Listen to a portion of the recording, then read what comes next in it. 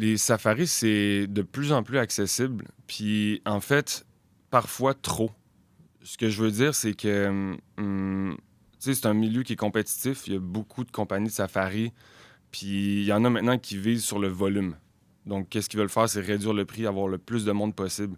Le problème qui est dans l'angle mort des voyageurs quand on vient pas de là, quand on n'est pas en contact avec ce monde-là, c'est que ceux qui écopent, c'est les gens qui travaillent pour cette compagnie-là. Donc, on parle des guides, on parle des gens dans les bureaux, on parle des porteurs des fois pour des voyages en montagne. Puis c'est pour ça que je recommande souvent aux voyageurs de prendre le temps. Tu sais, prenez le temps de préparer ça, de le planifier, d'économiser aussi pour avoir une expérience qui est dans le... Si on a un spectre, mettons, qui est plus du côté du tourisme responsable, tu sais, qu'on veut bien payer ces guides-là, puis que le fardeau du salaire repose pas sur le voyageur, justement. Il y a littéralement des compagnies qui ne paient pas leurs guides. OK. Que Donc, tout il faut repose sur... s'informer, il faut savoir faire les bons choix. Exact.